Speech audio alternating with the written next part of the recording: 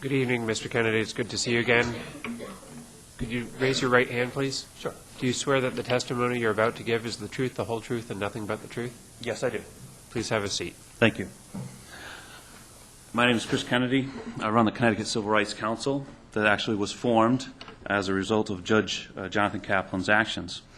What I wanted to present today, 3 minutes is not enough time to recount 5 years of abuse. But basically what I did is I compiled, I think, some pretty compelling evidence against Judge Kaplan. I submitted it to a couple members, but hopefully by now it's scanned in and you can all review it. Just a couple points here. The first page is just a transcript from the hearing on the appointment of Judge Howard Scheinblum, where a committee member says, we've appointed and appraised judges who have significant issues with demeanor. They're arrogant, pretentious, and even dishonest. And that we recently approved a judge who knowingly put a child back in harm's way instead of using their judicial latitude. It's just very discouraging to hear the committee members say that. I have to say, myself and Steve have approached you many times. Representative Lawler, I've tried to give you evidence and transcripts about Judge Kaplan and other judges that have committed fraud or committed crimes, and you've told me you're not interested. Twice you've sent me away saying you're not interested. I can't get the documents to you. It's very disturbing as a co-chair that you would not take these evidence. The second page is actually an article from the Hartford Courant where Judge Swords, under the in Rockville Court, where Judge Kaplan was the administrative judge, Judge Swords had problems last year, and the administrative judge that she went to correct her problems was actually Judge Kaplan.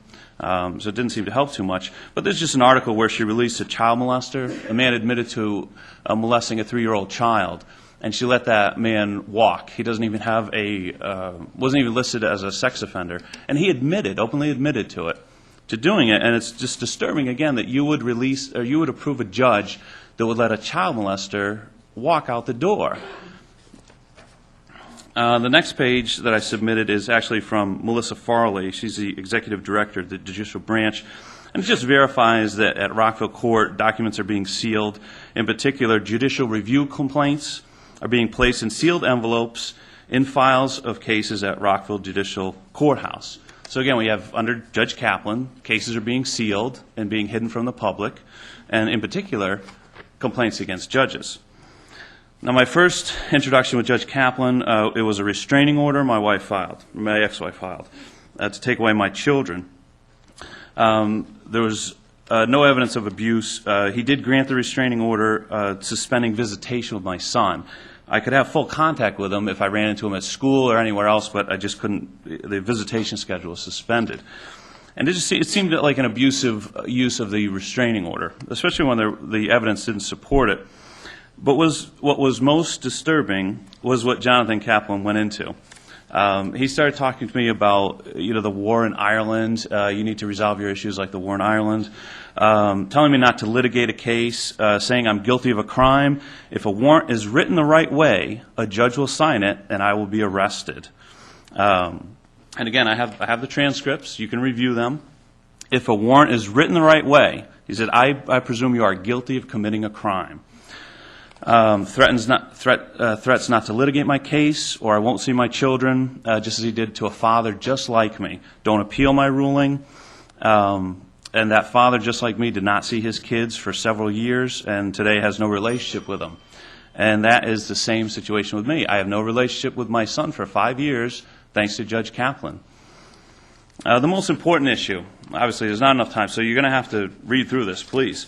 Most important issue, that restraining order. It was filed by my former spouse. Judge Kaplan presided over the case and granted it. Now, the restraining order that was issued states that it was issued against the Leanna Putman, my ex-wife. The transcripts show that Judge Kaplan says, we tried to fix that, but there was a computer error.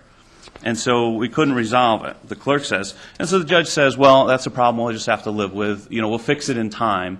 So here's a restraining order being issued against a person, against court orders, against Judge Kaplan's orders, that he's refusing to fix. Now, this is the administrative judge.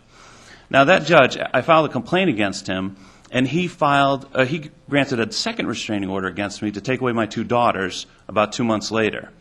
And again, I've included that, and he met with the judge before the hearing, and he said to the judge made his ruling, the Judge Klazak, where he says, because of your complaint against Judge Kaplan, you suggest criminal charges be brought against him, and so I'm granting this restraining order.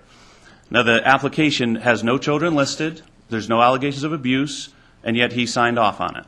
And so you don't even know who I'm restrained from. The children aren't even listed, but yet they took away my children. And so now, if that wasn't enough, the judge went through my court file in Rockville, went through my court file in Enfield. I had a pending criminal case there as well. Took those documents and drove down to Hartford, gave them to a prosecutor to have me arrested. Now, those documents, he knew that the restraining order was included in the arrest warrant, and also a contempt ruling against me that was overturned on appeal. Now, Judge Kaplan knew that these documents were false, so he purposely submitted documents to a state prosecutor to have me arrested, knowing that those documents were false.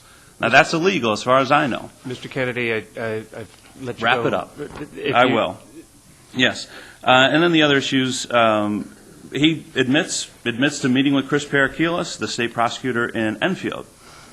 He said that I absolutely admit I called Chris Parakilis. I met with him. He should not nolly your case. He said, because of evidence here, you should not nolly your case. So here you have a judge meeting with him, and it's written in here. Chris Parakilis admits to it. He met with him. He called him once, called him twice, about a month later, 2 months later, and then he personally met with him. Judge Kaplan went to Enfield and met with Chris Parakilis in his office to tell him that he wants me prosecuted.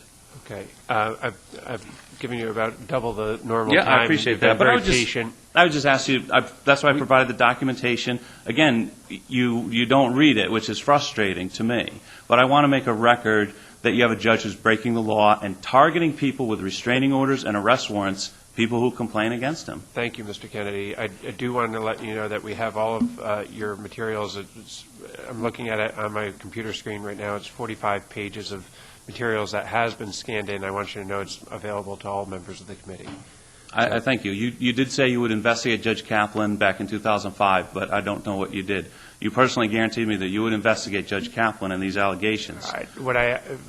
Mr. Kennedy, I asked you if you had filed any grievances against Judge Kaplan. We are more than willing to hear testimony from people, but the fact-finding and ethical considerations that you've raised are normally issues that are reserved for the Judicial Review Council. You and I have had that conversation before, and so just so we're clear, that is what I recommended to you several years ago. Right. They dismissed the complaint based on time restraints. Right. I filed it 3 months after his ruling, and they dismissed it, saying it was beyond the time frame. Thank you very much, Mr. Kennedy. Are there any questions? If not, I appreciate your time. No, I was told there wouldn't be any questions, that he was just going to get a pass this time, but it is a shame, I have to say. Thank you, Mr. Kennedy. The next witness is Angel Morales. Angel Morales here? If not, are there any other members of the public who would like to testify before the committee? If not, the public hearing will be closed. Thank you.